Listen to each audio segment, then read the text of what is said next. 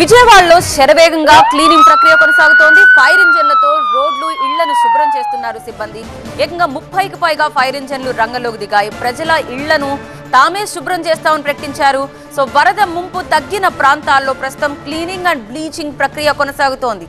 వైరస్లు ప్రబలకుండా, రోగాలు అంటువ్యాధులు ప్రబలకుండా అన్ని ప్రాంతాల్లోనూ శుభ్రత పాటించాలని కూడా కోరుతున్నారు.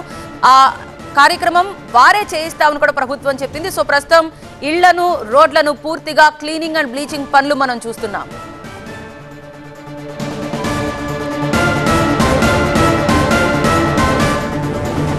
సో మరింత సమాచారం అందించడానికి మా ప్రతినిధి శివకుమార్ లైవ్ లో సిద్ధంగా ఉన్నారు. శివకుమార్, ప్రస్తుతం ఎంత మేర, బికాజ్ ఇప్పుడు ఒక్కసారి క్లీనింగ్ అండ్ బ్లీచింగ్ చేపట్టిన తర్వాత అంటే పర్టికులర్ గా కొన్ని ఏరియాలను ఉందా, మాక్సిమం అన్ని ప్రాంతాలని కవర్ చేస్తున్నారా, ఎవరైనా స్పెషల్ రిక్వెస్ట్ పెడుతున్నారా మా కాలనీకి రండి, మా ఇంటి పరిసర ప్రాంతాలను శుభ్రం చేయండి అని? ఎలా ఉంటుంది ఇప్పుడు ప్రాసెస్?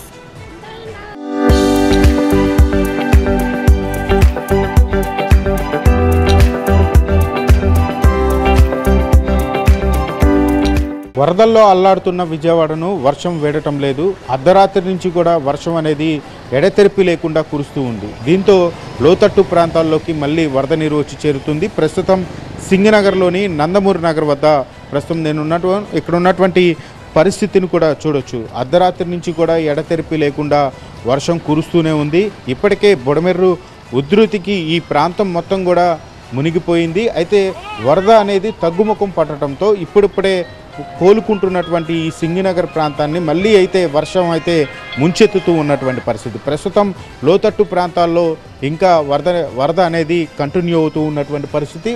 ఇప్పటికే వందల్లో వాహనాలు కూడా, ఇటు కార్లు కావచ్చు, బైకులు అన్నీ కూడా చిక్కుకున్నటువంటి పరిస్థితి. ముఖ్యంగా ఈ లోతట్టు ప్రాంతాలు ఇంకా జల దిగ్బంధంలోనే ఉన్నాయని చెప్పుకోవచ్చు. వారందరూ లోతట్టు ప్రాంతాల్లో చిక్కుకున్నటువంటి వారందరూ కూడా ప్రభుత్వం అందిస్తున్నటువంటి సహాయ సహకారాల కోసం అయితే ఇంకా ఎదురు చూస్తూ ఉన్నటువంటి పరిస్థితి.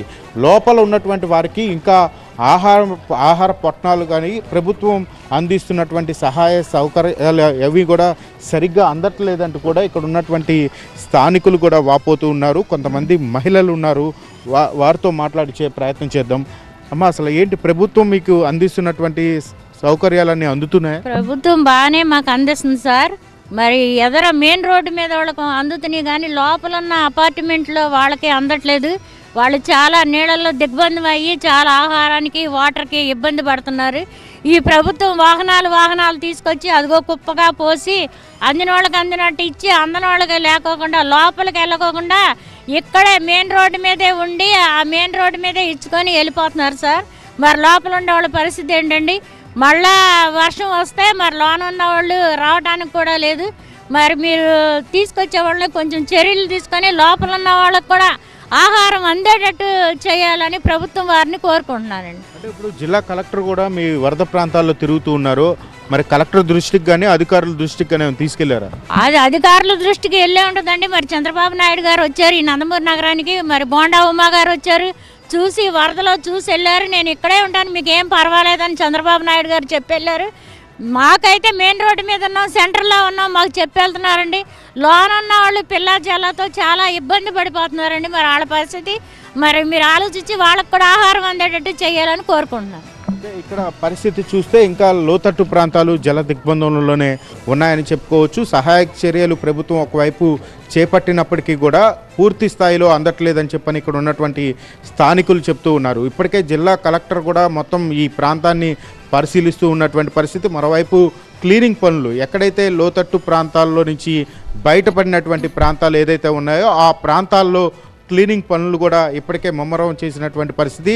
ఫైర్ ఇంజన్ల సహాయంతో రోడ్లన్నీ మొత్తం కూడా క్లీనింగ్ చేస్తూ ఉన్నారు. ఎక్కడైతే వరద ముప్పు ప్రాంతాల నుంచి నివాసాలు కొంత వరద తగ్గిందో ఆ ప్రాంతాల్లో క్లీనింగ్ చేయాలని చెప్పని కూడా స్థానికుల నుంచి అధికారులకు కూడా విన్నపాలు పంపిస్తున్నటువంటి పరిస్థితులు కూడా కనపడుతున్నాయి విజయవాడలో. Right, thank you Shivakumar. మనం చూస్తున్నాం పదుల సంఖ్యలో ఫైర్ డిపార్ట్మెంట్ వారందరూ కూడా అక్కడికి చేరుకున్నారు, క్లీనింగ్ అండ్ బ్లీచింగ్ పనులు చేస్తున్నారు. మళ్ళీ వర్షం వచ్చే అవకాశాలు ఉన్నాయని చెప్తున్న నేపథ్యంలోనే ఈలోపు ఒక్కసారి ఎక్కడైతే డ్రై అయిందో కాస్త నీళ్లు కాస్త ఇంకాయో ఆ ప్రాంతాల్లో మాత్రం క్లీనింగ్ పనులు చేపట్టారు.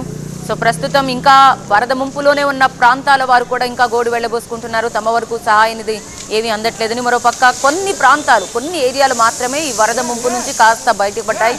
వర్షం తెరిపినివ్వడంతో ప్రస్తుతం ఈ పనులను కూడా పూర్తి చేస్తున్నారు.